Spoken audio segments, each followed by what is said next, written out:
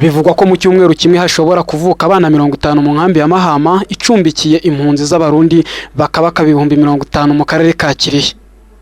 Umuryango mpuzamahanga wita ku burenganzira bw'abana ukanabaha ubufasha n'ubutabazi Save the Children International uvuga ko iyi nkambi yiganjemo abana ku kigero cya 51% bari munsi y'imyaka 18 na 34% ni ingimbi n'abangavu bari hagati y'imyaka 10 na 25 bafite impamvu zitandukanye zituma hari abasama inda zitateguwe.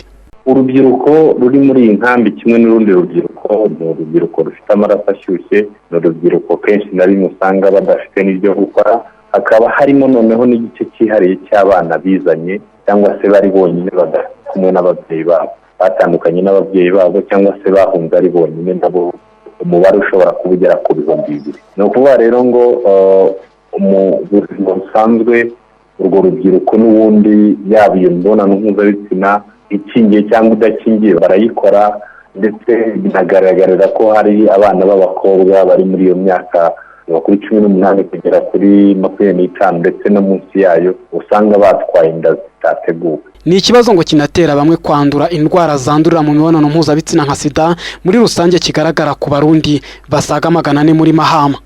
Agashami k'umuryango w'abibumbye gafite mu nshingano ubuzima bw'imyororokere UNFPA gahamya ko mu nkambi ya Mahama bitorohera impunzi kubona ibikenerwa mu kwita ku buzima bw'imyororokere. Women and they continue to get pregnant also when they are refugees.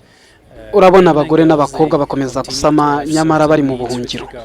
Hari aho bakenera ubufasha cyane kandi bwihariye. Bakeneye n'inama zihagije mu kuboneza urubyaro, hibandwa kububatse cyangwa abasore n'inkumi kugira ngo hagabanywe izinda zitateganijwe mu gihe bakiraha mu nkambi. Ubusanzwe hano mu Rwanda izi mpunzi z'abarundi bigaragara ko zitabona ubukangurambaga n'inama bihagije ku byerekeye ubuzima bw'imyororokere no kuboneza urubyaro. Biradushimishije cyane ko twabashije gutanga umusanzu wacu wo gufasha abagore n'abakobwa tukabafasha kwiyitaho no kwirinda inda zitateganijwe, ndetse bizanafasha kugabanya ikwirakwizwa ry'indwara zandurira mu mibonano mpuzabitsina.